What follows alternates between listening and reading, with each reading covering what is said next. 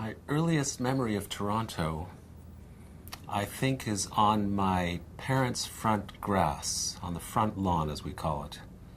I must be 2 or 3. I vaguely remember that in the early 50s we had harnesses, and you'd be hooked up by a chain to the front steps, and you'd be allowed to wander all the way to the curb.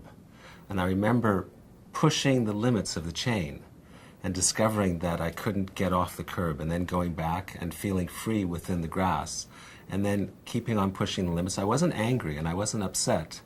I was amused.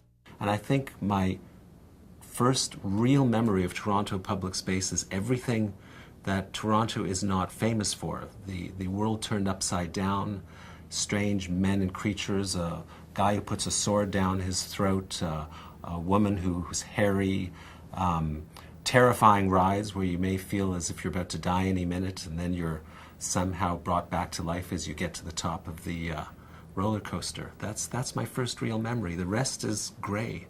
We're talking about Toronto in the 50s. So if I was born in 53, I started having good memories at the age of 3 or 4, pretty good memories at the age of 5. And everything was ordered. Everything was organized. There were very few cars on the streets. Everything was manicured. The lawns were perfect. The tulips in the circle near my primary school were perfectly arranged. I never saw a gardener working on them. You just woke up one morning in the spring and there they all were. I never saw violence on the street. I never saw people screaming and yelling at each other. I don't think I ever saw a car accident.